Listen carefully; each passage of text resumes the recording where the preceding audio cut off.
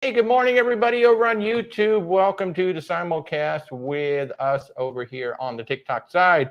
Good morning, Mindy. How are you? Good to see you. Thank you so much, Desiree, for the super sticker. Really appreciate that.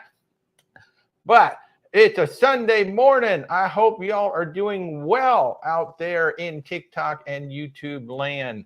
Welcome. Hey, good morning. Good morning. Good morning, Scott. Good morning, Norma. Good morning, everybody over on the TikTok side as well. Another TikTok, YouTube live talking about all things cruising. Becky, hey, good morning. How are you? Good to see you.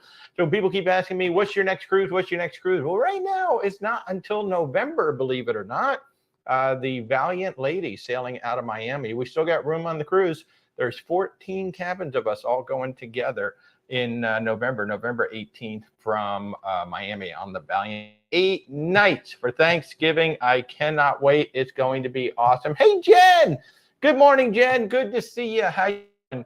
Welcome, everybody. If you've never been to the show, I am Walter. I'm an independent travel advisor. We own Where's Walter Travel. And as always, my wife, Rebecca, is sitting right off camera over here to my side.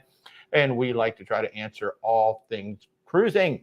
So how y'all doing? So let's talk about Zach. Hey, buddy, how you doing? You're getting pretty close to your cruise, I do believe. Good to see you. Hey, and make sure if you like what we're doing on the TikTok and over on the YouTube side, please hit the likes and all that good stuff. And if you haven't subscribed yet, please do subscribe. We try to bring you all kinds of fun information. On the YouTube side, my Sky Princess food review is finally going to be posted. It was going to go live at 10 a.m. this morning, but then I realized there was a mistake in it, so I pulled it down. And it'll be up there this afternoon or early evening. So 45 minutes of an entire Sky Princess food review. So, hey, Kevin B., how you doing? Good to see you. Good morning. Thanks so much for joining us. T, you want to join that sailing? Oh, man, you should do that. You should do that. Yeah, it is one of the first sailing for Valiant when she gets back from Europe. You are absolutely correct. Good morning, Stacy. How are you? Good to see you. Zach, 12 days to your cruise. Rock on. I cannot wait. So excited for you guys. Thank you so much for allowing us to be your travel partner. I'm so excited for this cruise. Yes, whole family's going. Joe, good to see you, my friend. Hey, you are getting really close to your inclusive trip, man. Oh, man, that's coming up soon. Where are you going? You're going to Playa Carmen or something like that? Oh, man, I'm so excited. We got to book a honeymoon. That was our first honeymoon we got to book. So thanks so much for that, Joe. That was awesome. Kevin just got off the Scarlet Lady. That is fantastic. That is absolutely amazing. That is just amazing. Love it. I hope you had a good time on Scarlet Lady, Kevin. Let's see. Pam over here. Best cruise ship for Alaska. Well, I mean, that is so hard. There are literally cruise ships up there right now. And, we lean into Princess. We lean into Holland America.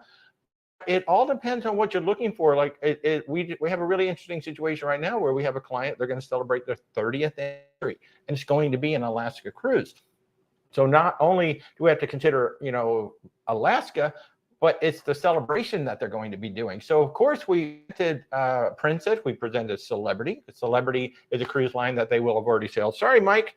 But because it is an anniversary special celebration, we brought up Oceania and Viking, because two really interesting experiences on those cruise lines. Now, one only holds about people, the other one only holds about 900 people.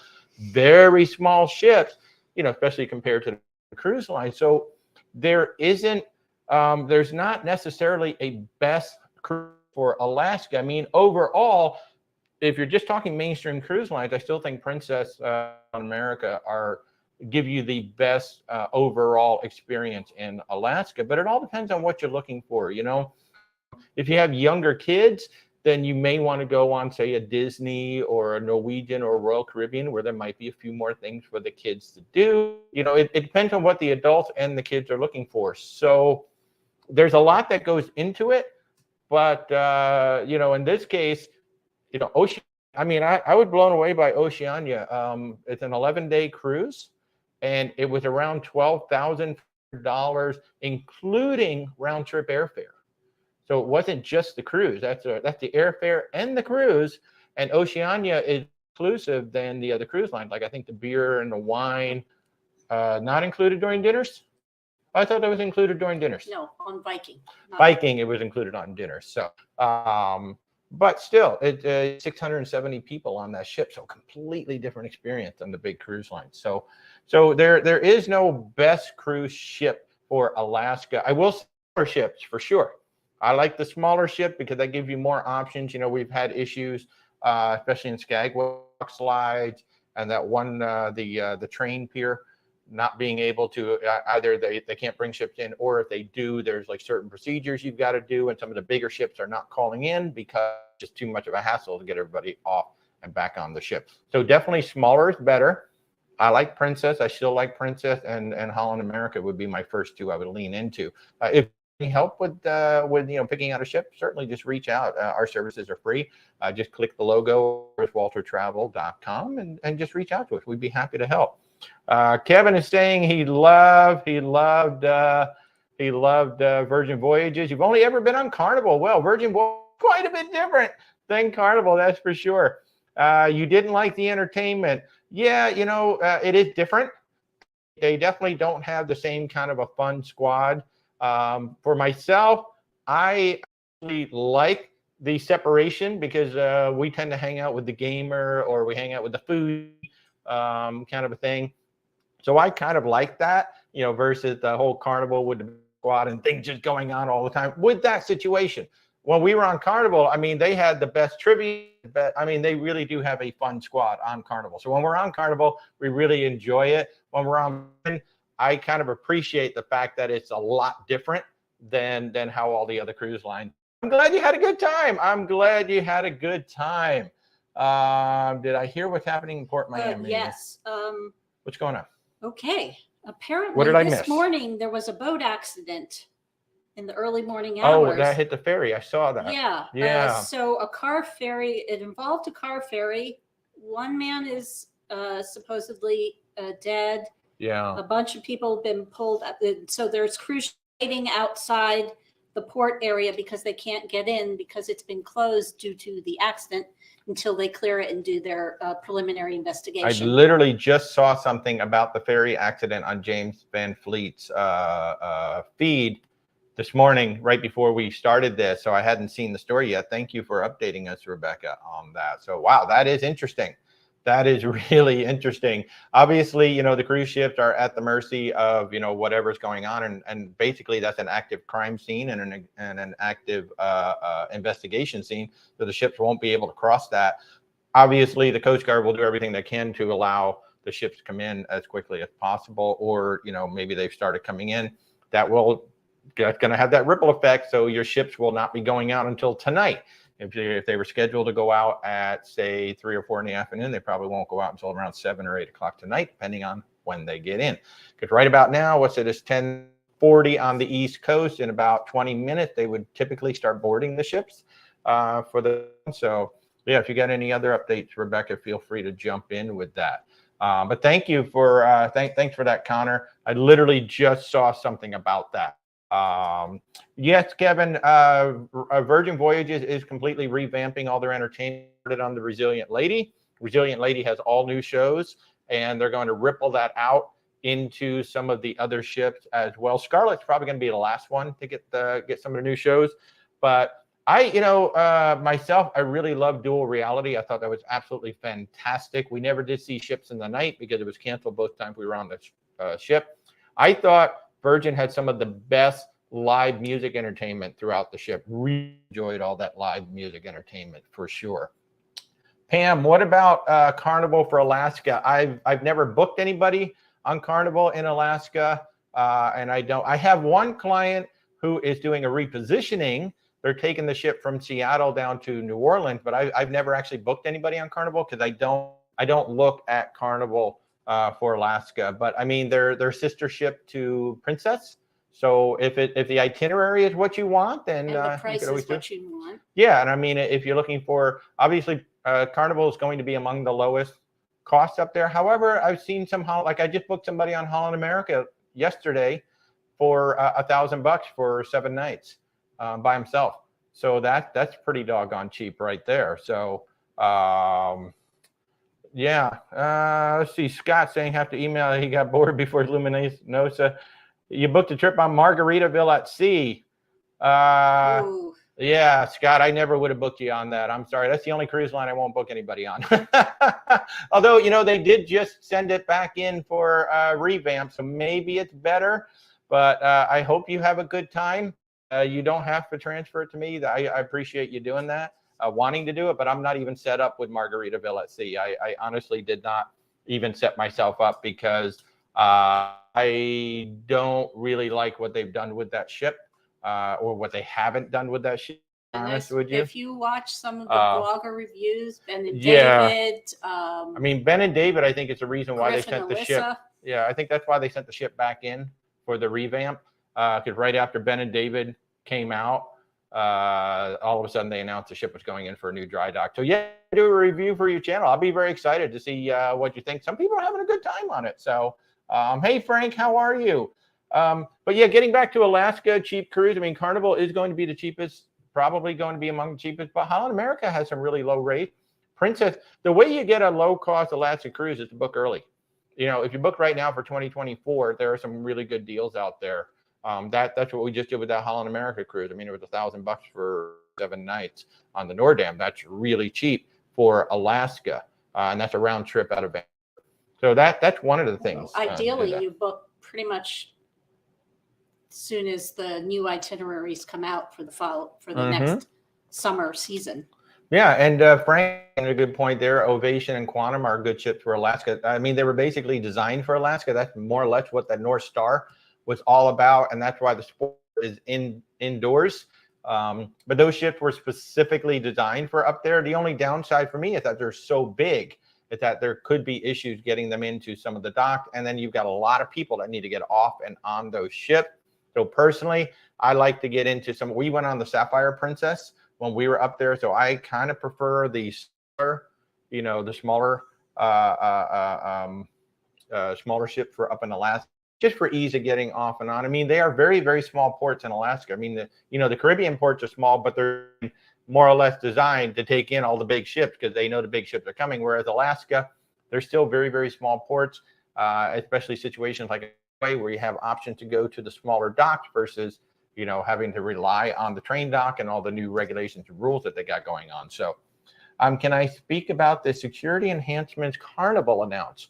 They are adding drug sniffing dogs and a 1 a.m. curfew for anyone under 15, which kind of dovetails on top of the stuff they've already been doing. I mean, I think the drug sniffing dogs have actually been around for a little while now.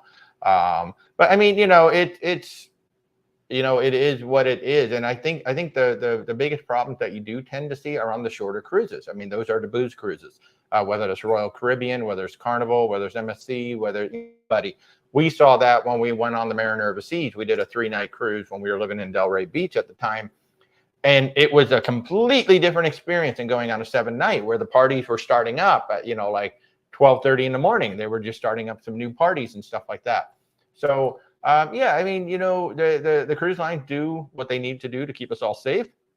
And if Carnival, has decided that, look, we need to start enforcing more and more things. I mean, a lot of you hate to say it, but a lot of it can be fueled by alcohol. People get drink packages and then they just drink to excess, and sometimes things happen. So, good on Carnival to go ahead and enforcing some new rules to make people safe. And I think a lot of people, because there are many states in the country where marijuana is legal either recreationally or maybe just medicinally, people think that because they have a prescription, they'll still be allowed to use their marijuana on a ship, and that's not the case. No. So I think people are confused about the rules. And it's just a good reminder that it doesn't matter if you have a prescription. Cruise ships will not allow you to use marijuana or any marijuana products on the ship. Yep. Yeah, that's pretty much all the ships. Yeah, and Jen is saying she's jealous. She was booked on Emerald for Alaska and was transferred to the Majestic. That's not a bad trade-off, and Majestic isn't like massive in the scheme of things, in the scheme of like big ships. So based on our trip on the Sky Princess, I think you're going to have a good time. I mean, the Emerald Princess is a great ship, a good size ship, but I think you're still going to have a good time on the Majestic Princess for sure. Thanks for all the love there. Please do hit the like, and on TikTok, if you like what we're doing, please do hit the likes. Thank you. And somebody was asking where the accident in Miami was, and what I've been able to find out, it involved the Fisher Island car ferry, and it was in the government cut channel at around 3:40 a.m. Yeah. So not really sure where that is exactly, but basically it sounds like around the mouth of the channel. So actually Fisher Island car, is that the island inside? I don't. Because we've seen, we actually saw the car ferries. No, that isn't. Okay, because we saw a car ferry loading up. Not Fisher Island. Gotcha. Yeah, literally, I saw that right before we came on. So apparently, there was a ferry accident around in and around the port of Miami. So the ships have been held up getting in while they processed the scene. Obviously, if you are going to Port Miami today, bring a lot of patience. I don't know. Let's see, it's Sunday. Oh gosh, there could be 7 ships in today. Bring tons and tons of patience today, please, because we've been there on a Sunday as well. James, you loved your first transatlantic cruise on Anthem. I bet, on a transatlantic, I could totally see doing Oasis or Quantum or, Breakaway class, some of the big Carnival ships. I could totally see doing that because there's just so much to do on the ship. We had some friends who did the Wonder of the Seas. They did the Wonder in the Mediterranean, and then they rode the ship across back to Florida, and they said they didn't think they still saw everything on the ship even in all that time. So yeah, definitely on a TA, I could see getting on a big ship. I could totally see getting on a big ship. Hey, good morning, Andrew. How you doing? Let's be honest, you will not have. I think Alex might be talking about Margaritaville. There are people posting about Margaritaville who are loving it, who are absolutely loving it. So, who am I to say? But I just won't book any clients on Margaritaville. That's all. Let's see. Jen was excited. Your first cruise was on the Diamond. Nice. Well, like you said, we're all just happy to be there. Thank God we're cruising again, right, Jen? Thank God we're cruising again. That is amazing. Yes, Cindy, Ben and David are the best. Josh is asking if we like DCL. Josh, that's a great question. And in fact, I'm going to pop it up over on YouTube. We love Disney Cruise Line. And in fact, this Thursday night at 8:30 p.m. Eastern time on our YouTube channel, we're going to have DCL Duo. They are like all things Disney Cruise Line, and they're going to join me for an hour for a chat about all Disney Cruise Line. We do love Disney. We've only been on the Fantasy. We've only been one time. And I would love to cruise more with Disney. I mean, the prices are a little bit higher than everybody else. But the Fantasy and the Dream are actually very reasonably priced now when you compare them to Royal Caribbean and Norwegian especially. But I think Disney Cruise Line has some of the best service and some of the best food out there. I think they're on par with Celebrity and Virgin Voyages. They're just really, really good cruise line. So, but yeah, if you want to know a lot more about Disney Cruise Line from the couple themselves, DCL Duo, they're going to be on our YouTube channel Thursday night at 8:30 p.m. Eastern time. Yeah. And Cindy, Ben, and David are awesome. Just a side note, I did look up how many ships are in port today, major cruise ships in Port Miami, and it's only 3. I mean, they're big ships. Oh, wow. That's good. It's the Escape, the Seascape, and the Celebration. Oh, only 3 ships. Thank goodness. So that won't be nearly as bad. That won't be nearly as bad. Hey, Scott, have a good day, man. Kurt is asking, do travel network group rates? In other words, if you didn't book a group, but another agent in your network does, can you get the group rate? That's a really interesting question, Kurt. So we work under a host agency, and with that host agency, actually there are 2 different host agencies, but there are travel consortiums within that book groups that basically get group rates. And depending on the cruise itself, you might get amenity perk, you might get a discount, you might get some onboard credit. It just depends on what it is. So if you book with us, for example, when we go into the booking engine and we look up a specific cruise, if there's a group rate on that cruise, automatically. And a great example of that is I have some clients that I booked on the solar eclipse cruise. It's going to be the Princess that they turned into a solar eclipse cruise. Apparently our group, our consortium, had created a group before it became the solar eclipse, when it was just a Panama Canal transit. And then all of a sudden, you know, the prices went sky high when it became a solar eclipse cruise. My prices were almost half. I booked 3 cabins, 6 people at almost half the price of what Princess was selling, because that's rare that it happens like that. But there are times where, you know, it might be $500 or it might be, you know, 20% off. And then we just have to look at, you know, comparing the benefit, thing like that. But that's a great question, Kurt. Every single time that we book, or even when we're doing the research, we have like thousands of cruises to go through to see if there's a discount rate, or if there's an amenity perk, or if there's some extra onboard things like that. But that is one of the advantages of going through a travel agent. We can look for things like that. And especially like if you want to go this week and we notice that, well, next week we do have an offer on a cruise, well, you might make that decision. Hey, well, maybe I'll go the following week and I'll take advantage of that offer. That's one of the cool things about working with a travel agent. And that's one of the reasons why we working with a travel agent before we started doing it ourselves. Thank you for that question, Kurt. Mark, thank you for the pre-cruise hotel recommendation in Miami. Awesome. I'll tell you, there's so many great hotels in Miami. Alex was on the Quantum. You had a good time. Awesome. User 714, you just got off the Radiance of the Seas Alaska rail trip. You got very close to the glacier. You will, especially in Glacier Bay there, where the ship basically, you know, goes right up to the glacier. We had an aft cabin on Sapphire Princess, and I got a great picture of me that like we're so close. Absolutely beautiful. It's amazing to be up in Alaska. Radiance is a smaller ship. I know, so, Radiance is a great ship for Alaska, nice and small. You could probably you know, pull in and dock up in places that a lot of the other ships can't. So that is absolutely fantastic. David, Utopia doing 3 and 4 nights seems a little large for that. Actually, it's a brilliant move by Royal Caribbean, because you've already got the Wonder of the Seas. The Wonder of the Seas is there doing 7 nights. You've got a Freedom class there, I believe, doing 4 to 7 nights, somewhere in there. And then you got the Disney Wish, which is Disney's big ship, doing 3 and 4 nights, and actually doing the exact same itinerary that Royal Caribbean's about to do. So just a different private island. Well, exactly. So they're both going to go to Nassau. They're both going to the private island. So I think it's an absolutely brilliant move. And what I'm now starting to, you know, propose to my clients is, why not make a week out of it and go to Universal for 3 days and then go hop on a ship for 3 or 4 nights. So it's kind of a brilliant move, because there is a big class of people that, hey, I just want a weekend getaway. I just want 3 or 4 nights, but I want everything. I don't want to go on the smaller ship. I don't want to go on the Mariner of the Seas, on the Wonder of the Seas, but I don't want to go for 7 nights. I think it's a pretty brilliant move, and it's definitely a play right against the Disney Wish.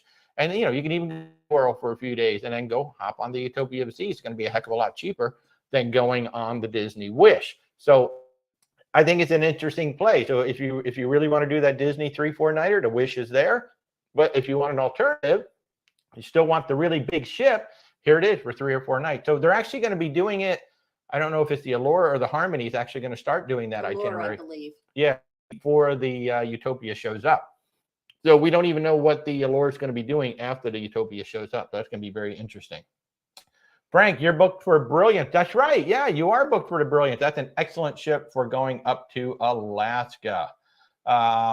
Oh, David's saying government cut is the main way in and out. Okay, well then there you go. There you go. Thank you guys. Oh, that's the island with all the condos. Okay.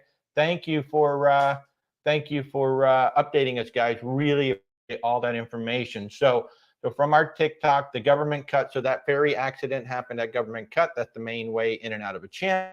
And Alex is telling us Fisher Island is right at the entrance of the port. So that's why the cruise ships are sitting out there. If you guys see any notes, in fact, I should bring up Cruise Spotter has a live feed from the Miami port. So if anybody's watching that, see it come in, that would be great. Where did I get the celebrity floaty in the background? It's from the Celebrity Reflection, maybe? I thought it was the Equinox. Maybe the Equinox. I got it on one of the ships. Yeah, I got it on one of the ships. And that's the one that looks the most like the actual ship. The one from Prince, one from MSC don't really look like the ships. But, you know, let's see. Chambers, cruising on Carnival in July, and your passport card expires in December. Is that okay? Technically, no. Technically, they want your passport to be good for 6 months after the cruise.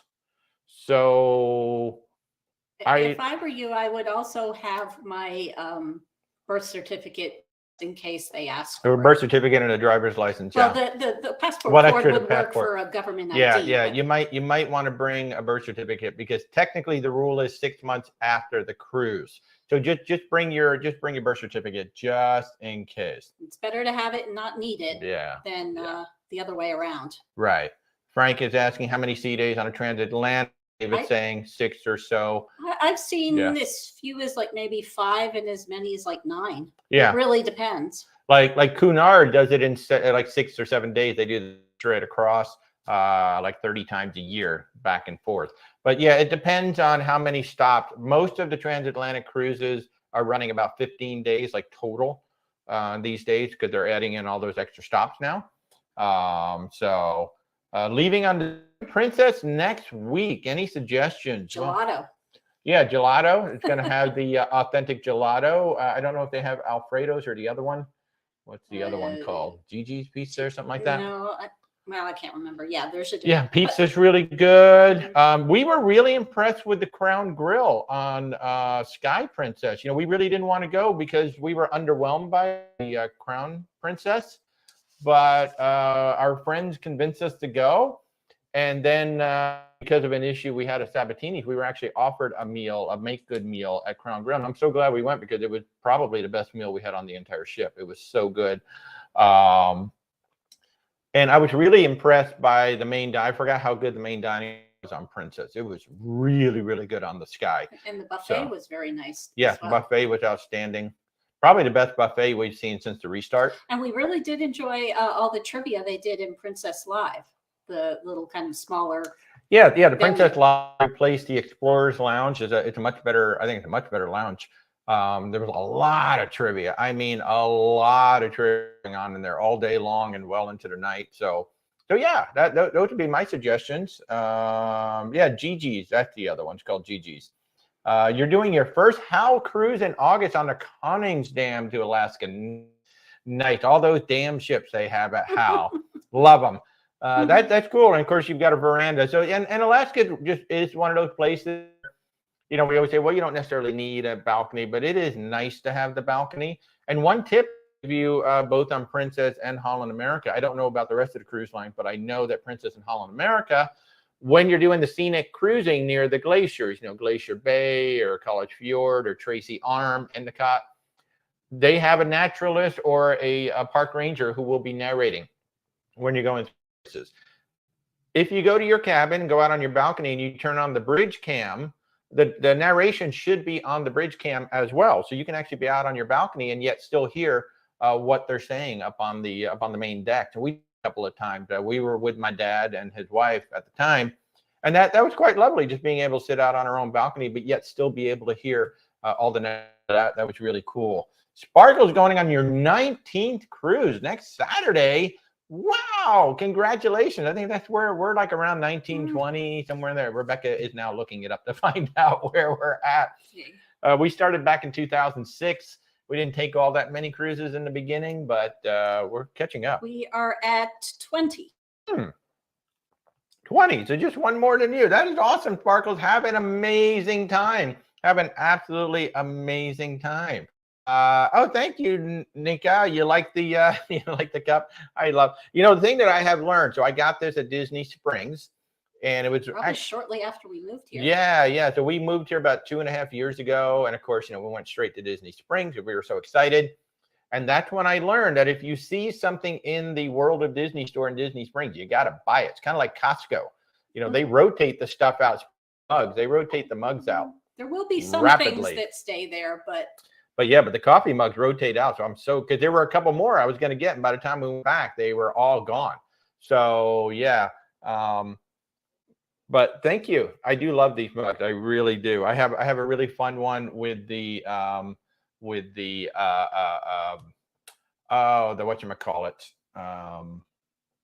Turn this off. The seagulls? The seagulls. That's it. The mine seagulls. They're really fun. Nemo. Huh? From Nemo. Right? Yeah, from Nemo. That's it. But thank you. Europe, what to choose? Never been. Oh my goodness. You only got about 5,000. Like from the mainstream cruise lines, we tend to lean into Princess, Celebrity, depending on what you're looking for. Of course, Oceania has beautiful ships, around 700 to 1,000 people. Viking has smaller. The Mara has smaller ships. There's just so much. And then you get into river cruising, and my God. The big thing to do is really kind of think about where you want to go. Do you want to go to Northern Europe? Do you want to go to the Mediterranean? Which part of the Mediterranean do you want to do heavy on Greece, heavy on Italy? Just figure out what you want. And because the British Islands, honestly, British Islands, Norway, figure out what's most important to you. And I would concentrate first on the itinerary and then on the ship. Yep. Yeah, because the ship is secondary in Europe because you're going to be doing so many port stops. I want to get you the right ship. And then the other big thing too is to narrow down what's the time frame. Because depending on when you go, certain routes are going to be available, certain ships are going to be available, certain things are going to cost more at certain times of the year. But you really want to make a list of these are the must-dos, because this is kind of how we worked with a client actually earlier this year, last year, when we put together a beautiful 10-day, actually for them, what we did was we put together a 10-day celebrity cruise, and then we put together a 10-day land tour. So from the time their wheels up in Las Vegas until their wheels down in Las Vegas again, about 20 days later, it's all planned out for them. We've got a really nice land tour and cruise, and they had specific things that we started with. Well, I really want to see Santorini. I really want to see this. I really want to see that. So we had the must-haves, and then you get the, well, I'd like to have. And that's how we planned out their whole itinerary for them. And then we found some of the ships. And one of the very interesting things that we found on that particular one was, like, we found an Azamara cruise, which was almost identical to the Celebrity cruise, but it was less. And Azamara is only 700 guests on the ship, whereas the Celebrity cruise around 3,200 or so, around there. And I was like really surprised that it was so much less for much smaller. But they ultimately went with Celebrity because there were 2 stops in it that they really, really wanted those 2 stops. So we went with that cruise. But that's kind of how it starts out with Europe. I mean, working with a travel advisor, whether it's me or somebody that you already work with, that is definitely the easiest way. I think for you, it takes a lot of the heavy lifting off of you, because what we did with that group, and actually pretty much with all of our clients, we present 3 or 4 options to get the conversation started. And then once you see the 3 or 4 options, then it starts to narrow in your focus. Okay, these are some of the things I can do. All right, now that I've seen these, this is what I really want to do. So working with a good travel advisor can really help you take a lot of the heavy lifting off. You don't need to do all that research. You just kind of tell them, or you tell us, this is what I really want to, this is when I want to go. What can we do? And that's actually how we work with just about every single client. We're just working with a client now that we put together a transatlantic and a Christmas marketplace cruise. And the Christmas marketplace, she said, I've never done a Christmas marketplace cruise. I know I want Germany and I want Austria. So you guys figure it out after that.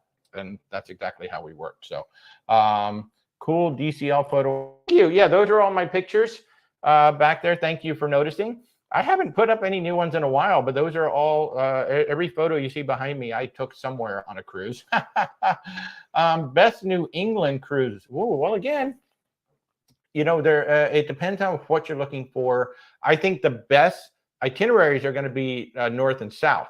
So you start either in New York or Boston and you end up in Canada because you're going to be able to see more. Like Quebec is usually where we stop. Yeah. Ones that are doing the round trip, unless you do like a 10-day, if you just do a 7-day, you're going to see more on a one-way than you will on a round trip. I will say that. Again, smaller ships, and they are pretty much all smaller ships, except I think like Norwegian has a big ship. Maybe the Joy, they have a really big ship going up there. And you have to remember the season is fairly small. Most cruise lines really only do September, October.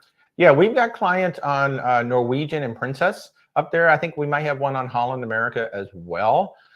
But you know, and the reason for the various cruise lines were either because of the stops that they wanted or the time of year that they were going. One client in particular just wanted to go on Norwegian because they've got points on Norwegian. So that's what we leaned into. But it just really comes down to when exactly you want to go, and then what ships and itineraries are available in that window. And that, you know, I don't have a best New England, but I can tell you that we've got clients going on Norwegian, Princess, and Holland America going up there. One or two are doing round trips, and then the rest are doing one ways. So we've got them doing, you know, both versions of it. So, whoops. Going on Princess to Alaska in August. Anything you should know? Well, hopefully they're going to do puppies in the Piazza. So keep an eye on the schedule for that, where they bring in dog sled puppies into the Piazza. They weren't doing that when we went, so certainly look out for that. If you're going to Skagway, Juneau, and Ketchikan, I can tell you that in Skagway, we really enjoyed our Temsco helicopter tour. We were supposed to do the helicopters up to the glaciers, or excuse me, dog sled camp, but then the clouds were too low, so we ended up going to a glacier instead. That was fabulous. In Juneau, Harb and Marv whale watching, fabulous. I've had multiple clients who have booked them and said, oh my God, you were absolutely right. They were absolutely fantastic. And then in Ketchikan, there is Island Wings Air, and they do float plane tours, and specifically Island Wings Air. That's the one you want, and the pilot's name is Michelle, if you can get her. She is known as one of the safest pilots up there, and she will fly, A, if it's unsafe, but B, even if the weather is not cooperative to have a good flight. She doesn't want to take your money if you're not going to have a good flight. Or you won't be able to see anything. It's too foggy. Yeah. There are some planes that will take off. It's maybe safe to fly, but you won't see anything because of the low fog. Yeah. Don't fly if there's bad weather. So that's why. In fact, you know, she canceled our flight, and we saw other planes taking off, and the clouds were so low that they were going right into the clouds as soon as they took off. And she said, you're not going to see anything once you get above the clouds, because, you know, you want to look at the landscape. So it was really, really cool. So it's in the chaos. So Macrina actually just joined in. Macrina, we've actually been having a discussion about this. Does anyone know the reason for the Port of Miami delay today? All ships still waiting offshore to dock. Absolutely. There was an accident involving the car ferry. What'd you say, Rebecca? Fisher Island car ferry around 3:40 a.m. Around 3:40 a.m. somebody died, and so it is now an investigation scene, and it happened pretty much at the mouth of the channel, so the ships cannot pass by until the authorities clear that area. They are probably doing some sort of search and rescue. I know they've taken some people to the hospital, some survivors to the hospital. So, and if anything fell off the ferry, like a car or something fell off the ferry, they may have to check the channel just to make sure, because, you know, those channels are deep, but they're not like exceedingly deep. So if anything is now in the channel that could potentially hit a propeller, they're going to have to hold the ship. So that is what's going on in the Port of Miami. Fortunately, Fortunately, yes, Macrina, the Fisher Island car ferry is the one that was involved in the accident. Another boat hit the ferry, or the ferry hit another boat. I don't know which way around it is, but something, either the ferry hit a boat or the boat hit the ferry. I think another boat hit the ferry. So that's what's going on. Fortunately, Rebecca was saying there's only 3 ships. Last time we were in Miami, there were 7 ships. So that would have been absolutely nutty. So Belly Girl, or Belly Girl, I hope I said that right. I hope that was helpful with Alaska. Nikki, you're going to Europe next year, and you chose to go with Royal for the first time. I hope you like the show. I hope you do too. Candy, do you accept clients that have already booked a cruise but want to do excursion off of the ship? And we accept clients. We have an independent shore excursion company that we work with, Shore Excursions Group, and you can book with them directly through my website. If you go to where'swaltertravel.com, there's actually a link in my logo right there, or I can just hold it up for you right there. If you go to where'swaltertravel.com and you click on Shore Excursions, the link is right there. And it's a great independent company. Or if you just want some advice on excursions, I mean, feel free to schedule a time. Happy to chat and see if we can't help you figure out what excursion to take. So yeah, absolutely. Boogie Bud, thank you so much. Yes, please do reach out. And a reminder for everybody, our services are free. We do not charge. There is a growing movement now for travel advisors to start charging for their time and their services and whatnot. We're knock on marble. We're not doing that right now, and hopefully we won't have to. We've been cruising almost 20 years and we've never paid a travel agent. It's always worked that way. So we're trying to maintain that ourselves. So we're absolutely help out. Candy is going in September on the NCL Pearl. Nice. Yeah, we've got multiple clients on the Pearl going out. Hey, Christy, how are you? Good to see you. Boogie Bud going out of New York in September on Norwegian. Nice. As Cal, where are we based out of? The Orlando area, Orlando, Florida. Northwest man, widower, a couple of years, but still want to cruise. Best line for that. Oh, wow, Northwest man, that's a good question. So, there are certain cruise lines. Well, actually, I shouldn't even say certain cruise lines. There are actually a lot more solo cabins out there than we thought. Rebecca and I actually did some research on that at one point. I found dozens upon dozens of cabins just on Royal Caribbean, for example, and they even have actual balconies. But some of the cruise lines that typically lean into solo would be, Norwegian. They have the studios. Celebrity Cruises has the Infinite Balcony on the Edge series. Virgin Voyages has solo cabins as well. And like I said, Royal Caribbean. So But you don't necessarily have to book a solo. No, you don't have to book a solo. And like right now, Virgin Voyages is offering no solo supplement in Europe. So if you book on the Valiant or the Resilient in Europe, you can just pay for one. In fact, I have multiple clients going on that Richard Branson Celebration Cruise. They were going to book together, and when I told them that, they booked 2 cabins side by side, and then they can open the balcony.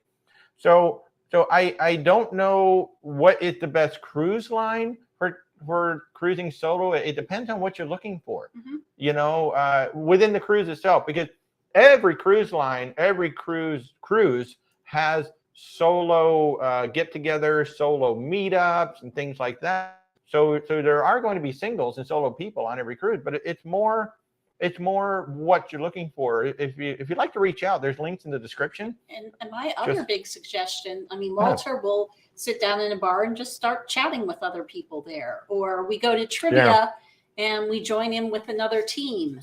And even like on Virgin, we did a speed puzzling thing and we joined another woman who was there by herself. So just join in on things you like to do. That's the best way to meet people. Join in the activities, trivia, games. I like to pick I'd pick a quiet bar is what I'd pick talking to people. You can definitely talk to people out by the pool bar and all that, but I find the quieter bars, like the craft bars and things like that, is where I tend to meet a lot of people. So participating in things will definitely introduce you to, and then you start seeing them around the ship. Hey, how you doing? Come on. Hey, we're going to get some lunch. Come on and join us and things like that. So, but yeah, if you'd like to reach out and talk about what you're looking for, we'd be more than happy to help you out and see what we can do to get you on the right ship, the right itineraries for what you're looking for. Because it really is, what do you want out of the cruise first? It's not even so much about cruising single. It's just what do you want to get out of the cruise? that we make sure you're going to enjoy yourself on the ship and on the itinerary. But thank you so much for tuning in today. Really appreciate you tuning in. Jen is asking over here, love our vlogs on the Scarlet Lady. Thank you very much. We really enjoy doing them. I had a great time eating all that food for y'all. Took one for the team. You're booked in October for the 4-night. Are there any other theme nights other than Scarlet Night and the PJ? Hard to find online. Can't think of any. Unless there's some stuff going on in the Manor. You know, the Manor is the big nightclub where they have the parties and all of that. And of course, they have Untitled Party Dance thing, which is sort of kind of, but there's not a straight up theme night other than Scarlet. And really, the PJ night isn't even really a theme. It's just a party up on the top deck. But no, I can't think of one, especially on the 4-nighter. They're probably not going to do another one. Now, I don't know about the 8-night. We're going to be on the Valiant Lady for 8 nights in November. So I'll see if there's going to be any additional ones. There probably will be another one because it's going to be such a long cruise, but I don't know what it's going to be. If you go to cruisecritic.com, Cruise Critic is our go-to to get all the. I know a lot of people like to join the Facebook group, but then like you're kind of like in a bubble when you're in Facebook because you're in this group or you're in that group or you're in that group. Whereas Cruise Critic has hundreds of forums for all the cruise lines.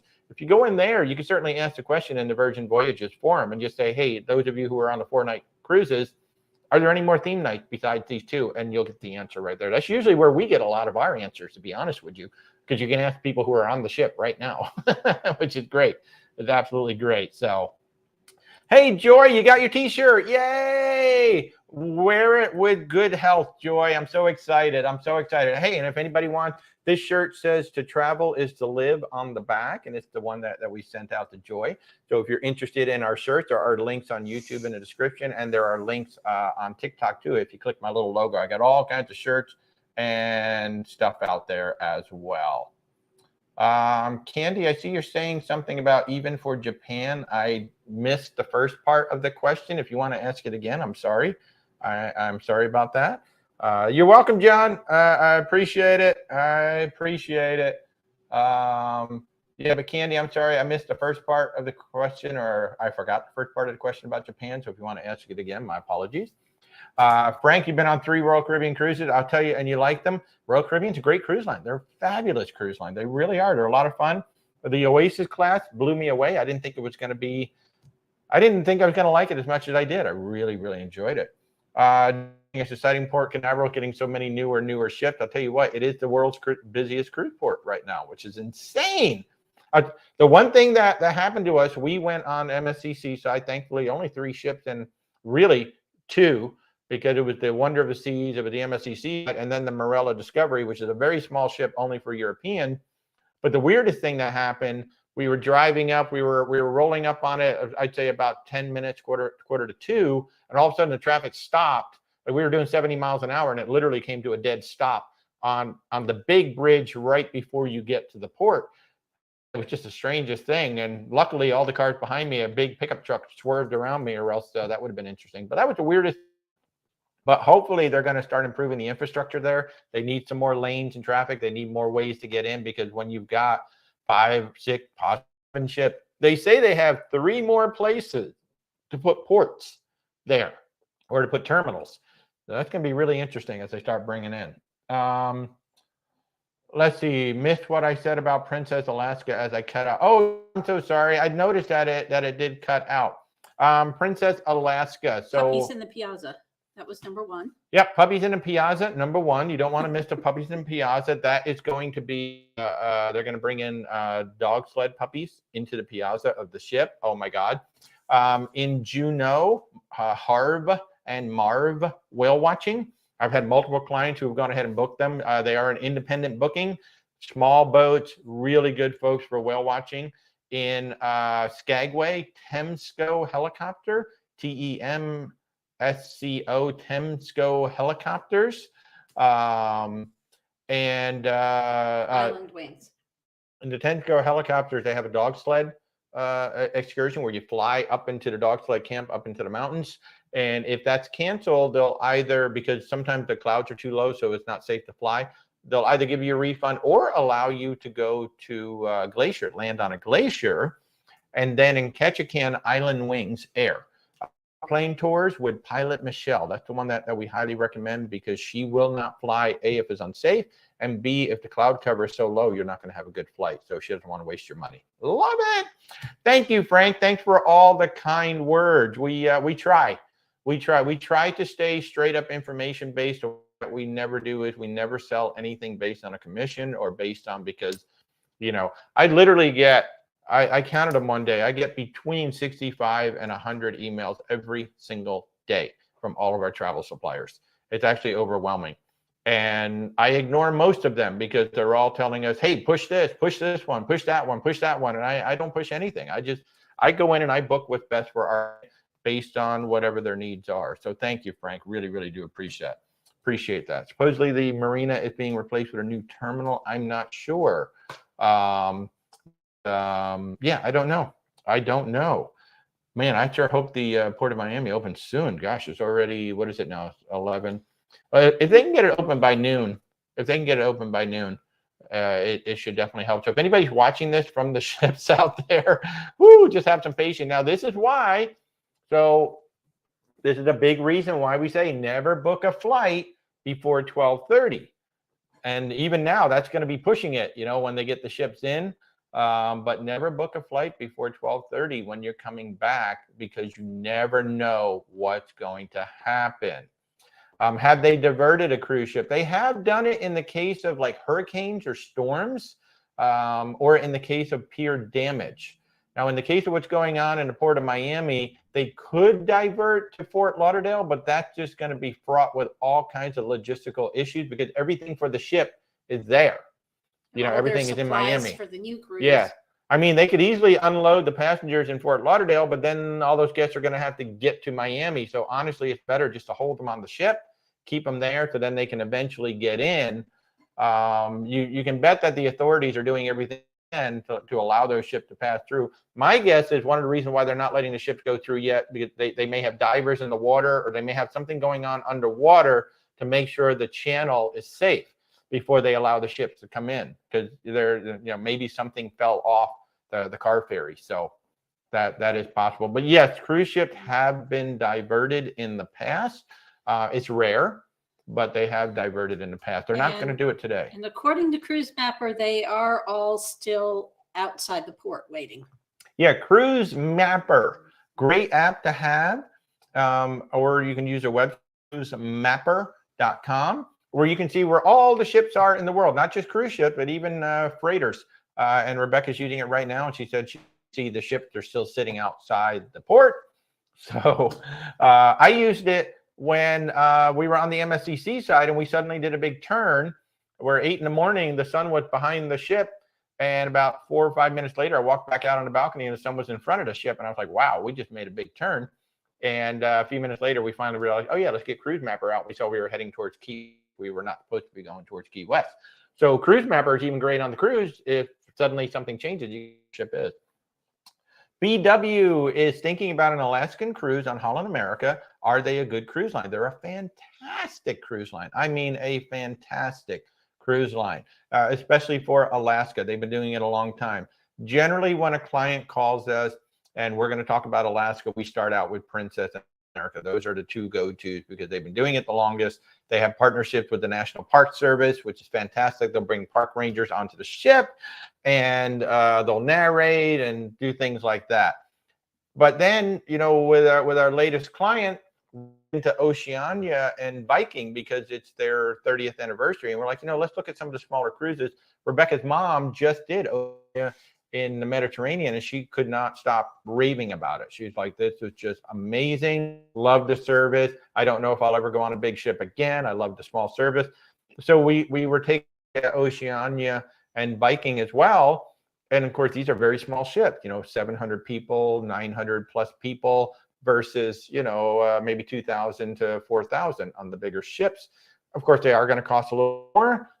But relatively, like Oceania, the flights were included with the cruise fare. Round trip flights from Phoenix, Arizona, they were included with the cruise fare. So once you did that, like, oh, it's not so bad.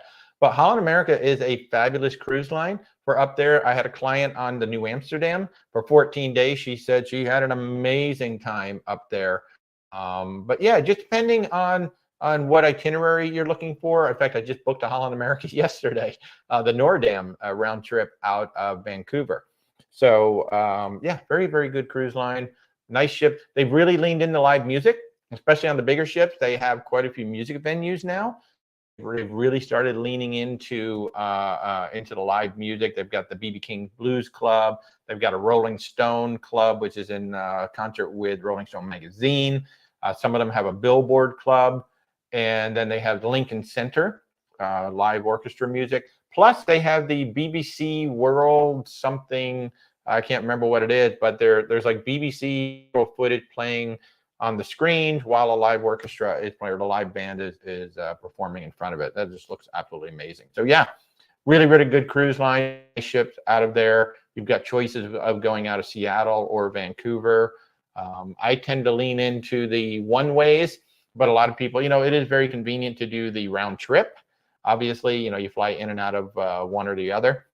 But yeah, no, Holland America is very good. If you want to chat about it, we'd be more than happy to help out. We are Where's Walter Travel with my wife right off to the side here, who likes poking me in the face. So if you want to give me some likes, you can just poke me in the face as well. She really enjoys. I think she enjoys it a little too much to give me likes. But it's a good reminder. If you like what we're doing here, we do appreciate if you tell TikTok and YouTube by hitting the like buttons and letting them know. So we really do appreciate you guys hanging out with us on a Sunday morning. And just a little reminder, if anybody's asking a question about Virgin and it's not coming up, the word Virgin gets comments deleted on TikTok. So just say VV. Yes, I always forget to remind you, if you are on TikTok and you're trying to ask a question about Virgin Voyages, you need to use VV. The word Virgin will cause your comment to be blocked, and it's not me. It's TikTok's going to block it. So if you want to talk about that particular cruise line, use VV or spell Virgin with an E. Somebody did that one time. It totally cracked me up. But I tell people about that. On YouTube, doesn't seem to be a problem, but on TikTok, it does tend to be a problem. So if anybody is trying to talk to us about Virgin Voyages, which we do love, Virgin Voyages. If you've never sailed on Virgin Voyages and you really like to cruise, or maybe you've never taken a cruise, we've actually been putting quite a few first-time cruisers on there, and I tell them they're going to be spoiled for the rest of their cruise life because Virgin does that to you. There is so much included on a Virgin cruise. So when you look at the cruise fares, you might say, well, gee, it's more expensive, but all of the meals, the Wi-Fi, the gratuities, and the soft drinks, those are all included along with the group exercise classes. That's all included. You don't pay a dime for any food on the ship unless you want to. There's a couple of things called treat yourself that you can pay extra for. One or two items in the sit-down restaurants. Yeah. Amy's asking, do we have any deals with Celebrity right now? We've got a lot of them with onboard credit. We got tons of onboard credit. It just depends on the cruise and where you're going. It's not every single cruise. It just depends on the cruise you're going on, what category you're going to book, whether you're getting the all-included or not the all-included. But we do. I booked a couple of celebrities. In fact, we just booked. Where are Christine and George going? They're going to Europe, and there was a ton of onboard credit on that ship. And we just quoted somebody that it was like $1,000 of onboard credit, but you had to book the suite to get it. But yeah, we have a lot of onboard credit going on, and we've got a bunch of groups. Depending on which cruise you're going on, there may be a group rate that pops up for that particular cruise. That could be, 20% off or so. So yeah, we've got a lot of deals going on with everybody right now. Just about. Virgin, we don't get deals with them unless we're doing our own circle. Well, you do get maybe a little bit of extra onboard credit. Well, yeah, we can give you $100 onboard credit, extra onboard credit. If you book a Sea Terrace or above, we give you $100 extra onboard credit for booking on Virgin. So, but Virgin Voyages, 18 plus to go on that ship. If you really like pools, if you're a person that really wants to swim in the pools, you like big pools, you're not going to like Virgin because the pools are too small. Or if you can look past that, which we do, we look past the pool. Although the Resilient just got bigger. So yeah, because the pool, the deep part of the pool is Scarlet and Valiant's a pretty small area, but it's got a big footprint with a bunch of it being shallow. Yeah. And they made the deeper part slightly bigger. Slightly bigger. So Mother Fit Girl, best line for solos. We were actually talking about that a little while ago. There isn't necessarily a best line for solos. First, you have to look at what do you want to do, because there are solos on pretty much every single cruise, and every single cruise will have solo get-togethers. If you're just talking about the ones that are known for solos, Norwegian has the solo studio. Celebrity has the Infinite Veranda on the Edge series. Virgin Voyages has their Inside and the Sea View. Of course, they've got no solo supplement over in Europe. So it depends. Really, we don't, when somebody asks us for a cruise for a solo, we don't lean into a cruise. The first thing we ask is, well, what do you want? What do you want to get out of it? And then we'll find the ship that's going to match up with what you want to do for the best rate. For example, I was just talking about it earlier. A client is doing that Virgin Voyages 50th anniversary celebration with Richard Branson. It's going to be that is a cruise that everybody should. I really wish we could go on it, August 27th. And she was planning to bunk up with somebody. And right now, Virgin Voyages is running no solo supplement in Europe. So instead of getting one balcony, they got two balconies. I put them side by side, so they both have their own balcony. It was only $300 more per person than if they roomed together. So they're like, oh, well, for $300, we'll do a cabin. So there is no best line for solo. It's the best cruise for what you want to do. What do you want to go to Europe? You want to go to the Caribbean? You want to go to Alaska? Where do you want to go? What's your itinerary? And then based on that, we'll find the best cruise for you as a solo traveler. But, we just sent Stephanie, Steph's channel. She went and did Hawaii and Alaska on the Norwegian Spirit as a solo, because that's the cruise she wanted to do. That's the experience she wanted. So even though you're a solo traveler, what's the experience that you want? What do you want to do? Then we need to get you with a ship. So Amy, Aqua Class in December, Bahamas, Grand Cayman, and Mexico. I'll tell you, Aqua Class is sweet on Celebrity. Celebrity has a wonderful Aqua Class. The Blue Restaurant, I think, is worth booking Aqua Class alone. It's so good. I love going to the Blue Restaurant. Solo Caribbean, you're going to have a lot of options there. Got Norwegian, we got Royal Caribbean, we got Celebrity Edge Series. MSC tends to run solo. You don't have to book a solo cabin. Yeah. In the Caribbean, I mean, you're going to have dozens of ships to choose from. It just depends on when you want to go. Like the Edge class ships are only here in the wintertime for the most part. But yeah, it just depends on when you want to go, where you're going to cruise out of, because we can cruise out of Florida, we can cruise out of New York, we can cruise out of New Orleans. Sometimes we can cruise out of Baltimore and maybe South Carolina. I think that's coming back, Charleston. Not to mention Galveston, Texas. So you can do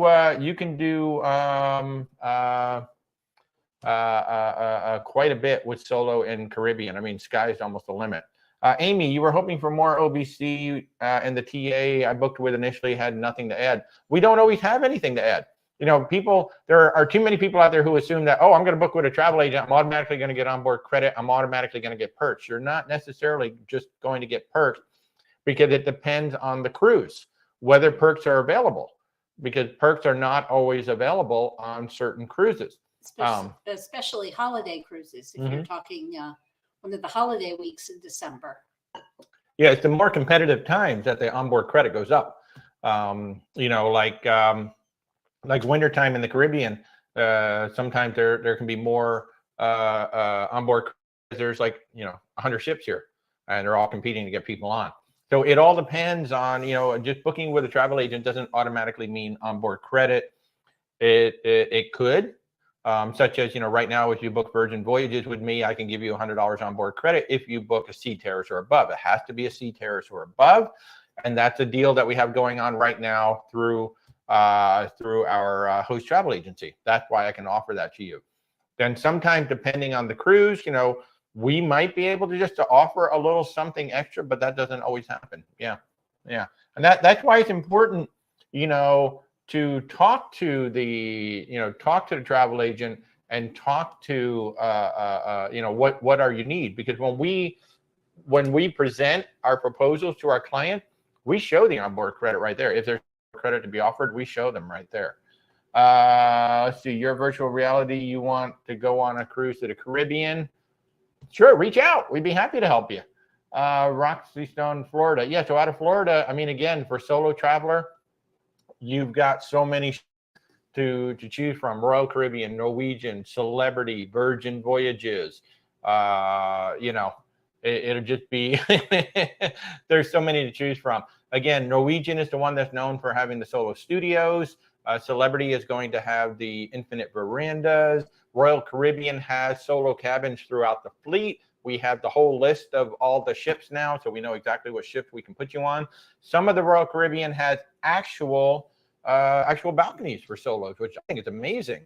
So yeah, and then they have solos that are virtual balconies too. They're interior cabins, but they got a virtual balcony. Really, really cool.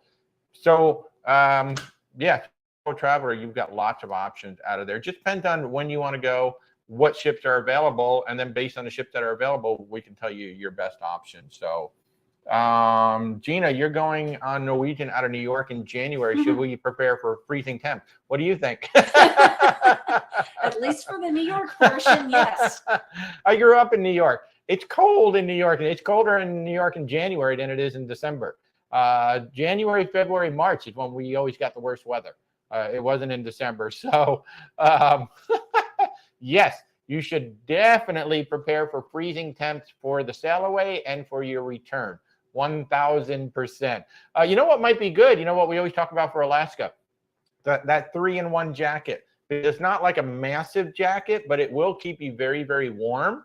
And even as you come down here, you know, we in Georgia, we lived in Atlanta, we would get freezing temps in January.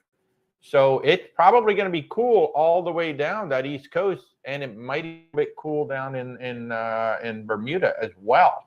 So yeah, I would have some long sleeve shirts even for as you start to get into the warmer weather, but it will be freezing in New York. What is the best adult cruise? If you're looking for an adult cruise, obviously Virgin Voyages is adults only, 18 and up. Celebrity Cruise Line, Princess Cruise Line, Holland America, those are probably the three that are going to be more, or the four that are going to be adult centric versus going on the family cruises. How do you do that? You just reach out to us. I mean, click the link, go to where'swaltertravel.com and click on contact us, or use the links right here on TikTok or on YouTube. Just use the links in the description. Click my logo and click contact us. Our services are free. We don't charge you anything to help you book a cruise. So just reach out. We'll be glad to help you.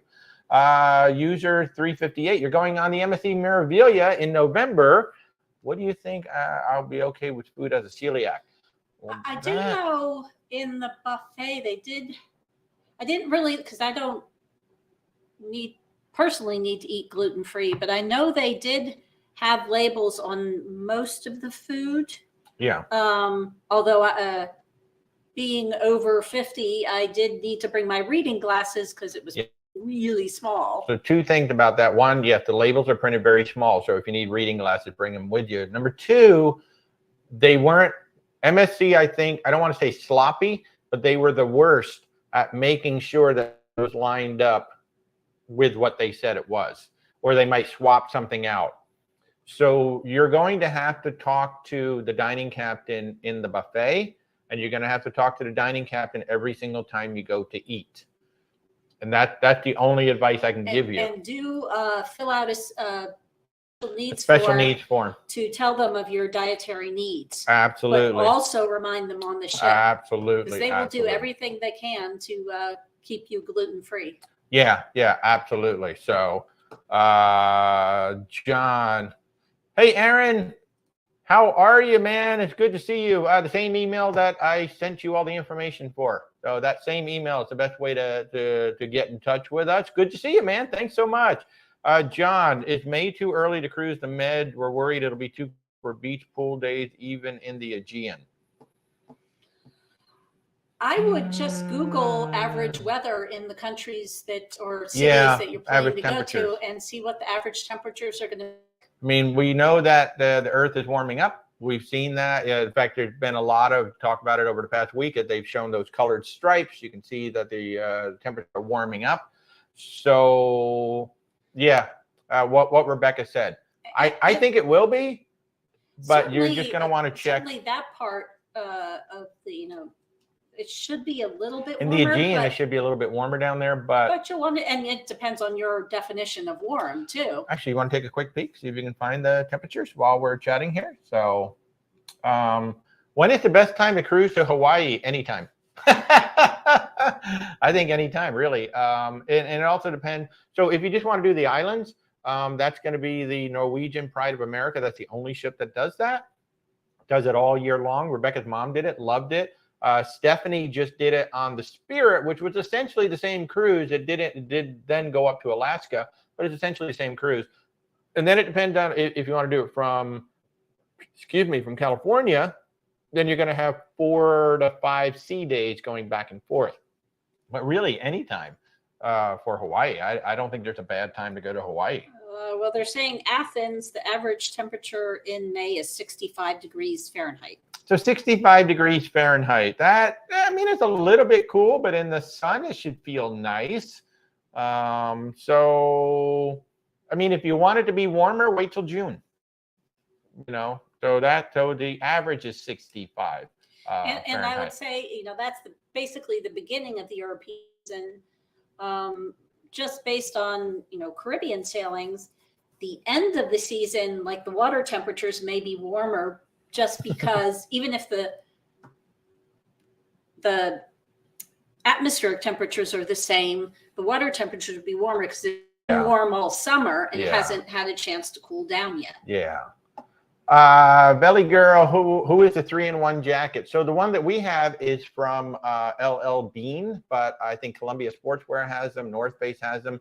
Basically, it's a jacket that has an inner liner, and then it has an outer liner that's a windbreaker and rain slicker that comes apart. You can actually unzip the two jackets, so you can just wear the inner liner if you want to be a little warmer, or if it's not so hot out and it might rain, you have the outer liner. Then you put them together and they're a really nice winter jacket. This is the jacket that we recommend when you go to Alaska, because in Alaska, it could be 40 degrees in the morning. It could be 75 in the afternoon. And it's nice to have just one jacket instead of having to pack multiple jackets. So the one jacket does 3 different things. Ask the chef. Cruising Kimberly, did we hear about the port? Yep, the ships are still, Rebecca was looking at Cruise Mapper. We've been talking about that all morning with the accident. So the ships are still sitting out there waiting to come in. Aaron Ross is asking, who do you think has the best complimentary coffee at sea? I think I asked once before, but forgot. So first of all, Rebecca hates them all. Yes. So I would say none of them. She doesn't drink coffee. Actually, to be honest with you, I thought the MSC Seaside had the best buffet coffee of anybody. I was actually shocked. You did not like it in the main dining room, but in the buffet. In the buffet, I did like it. I seem to recall that Celebrity had decent coffee up in the buffet as well. The Sky Princess had coffee. I'll say that. But MSC, of late, they've had the best free coffee of late. Cindy says that we need to create, I actually have an Amazon list started. I just haven't published it. But with those lights that we were showing and some of the other things that we use, Cindy, yes, we do need to get more stuff. McCreen is making a good point too, that the warmer season in the Med means heavier tourist traffic. So do you want lighter tourist traffic? Or do you want warmer temps? I mean, that's a very good, and it's the same in Alaska too, because if you go earlier in the season, if you go in May, or if you go in September into October, it's going to be quieter on both ends. Now, things may or may not be open. I don't know how it is in the Med, but like in Alaska, things are maybe not open or they're already closed if you go early and late as well. It's a very good point, Macrina. Thank you for Cabin Light. Just order those lights. That's awesome. My virtual, which line is the best value? That all depends on what you mean by value. Everybody defines it differently. Everybody defines it differently. So, for example, I'll give you a great example. Some folks think that, a $1,000 cabin in an interior, that's a great value. That's all I want. I have a client who booked a Regent 7 Seas. It's like around $30,000. Excellent for what they want to do and the experience that they want. So there is no best value. The one most included for mainstream cruise line is Virgin Voyages. They have all the meals, the soft drinks, and the gratuities. That's all included in the cruise fare. But some people still think, well, that's way too expensive. I don't want to spend that money. I would rather spend it on something else. So value is completely to you and your situation. So no cruise line has the best value. It's the ship. and that itinerary. Which one has the best value for what you're trying to do? Because on every itinerary, it could be a different ship. We never price things out. We never plan things out based on a cruise line. We lean into some cruise lines first, but we find the best value based on where you're going to sail out of, the time of year you're going to sail out of, and where you want to go to. There will be certain that are available. Like, we can't just pick any ship. We can only pick from the ships that are available at that time. And we will present what we think is the best value for what you're asking for from what's available.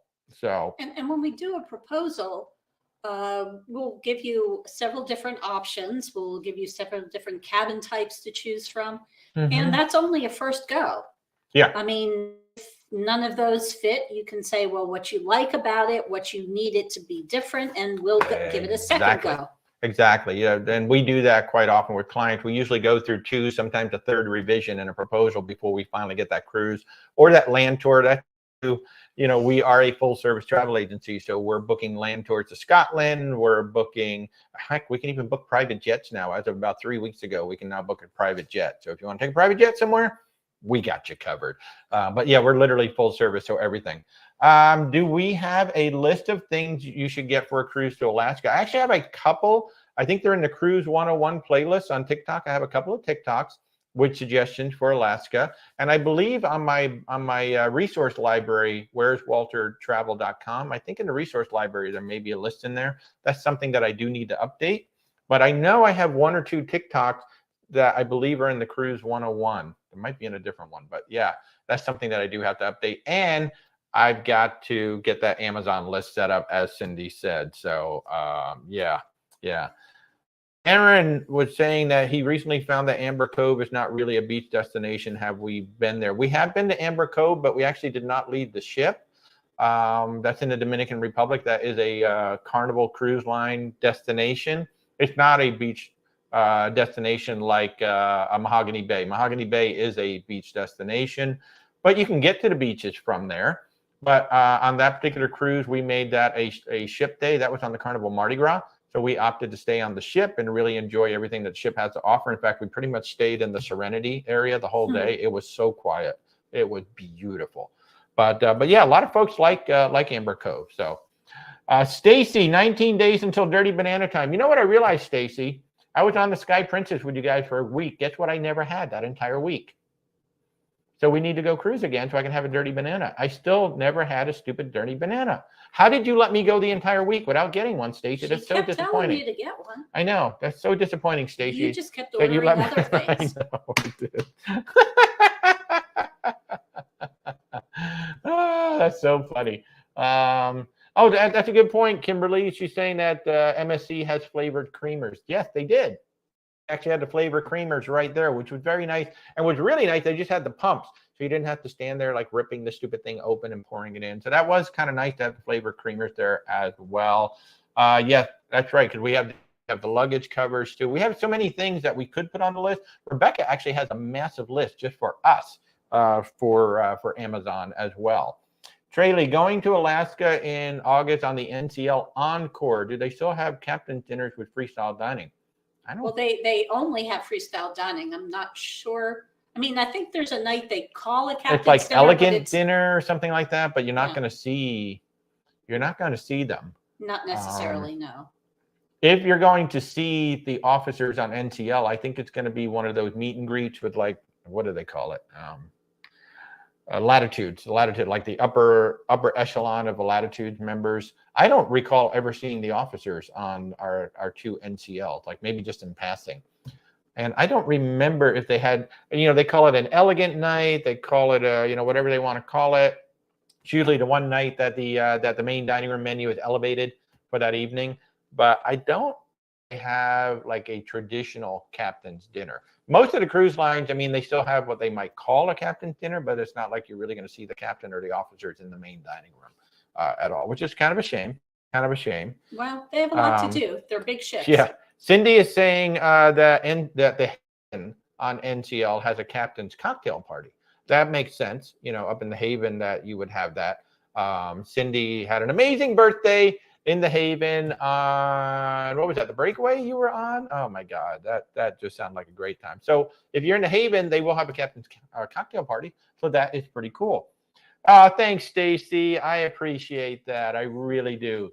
Is NCL going into, in fact, Stacy, we were just talking about the fact that I have the Sun Princess, the Sky Princess food review is about ready to go out, and editing that reminded me of how much fun it was. So we definitely have to cruise with you guys again, and we still need to talk about MSC. I totally got to get you and Bill on MSC, specifically for his cigars. That is going to be a good cruise line for Bill and his cigars. So we got to talk about that. Trey Lee, is NCL going in the Skagway? To my knowledge, they are. I don't know offhand. I did some Royal Caribbean ships that were not going in there. But to my knowledge, they are. And also depends. So you're on the Encore. That's a big ship. That would probably have to dock at the train dock. Probably going to have to either take a bus or a water taxi to actually get into port. They're not allowed, to my knowledge, they haven't changed it, that they're not allowing anybody to walk on the pier. And so in order to get, and I think the Encore is going to be the one that docked in the back. There's two docking points on that pier. There's the forward and the rear. I think the Encore will be docked at the rear because she's such a big ship. I believe you're going to have to take buses to get from the ship to go across the pier to get to shore. And that is, that's going to slow things down. So just know that going in the Skagway, if you are. To my knowledge, NCL is still going in the Skagway, but I could be wrong. And things can change. Change on a daily basis. I mean, on an absolutely daily basis. So, Melissa, you saw the captain 3 times on the Carnival celebration. Yeah, you will see them walking around.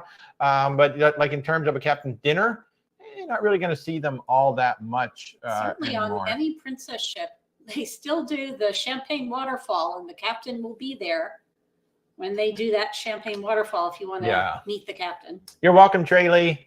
Yes, Stacy, let's go. Let's go.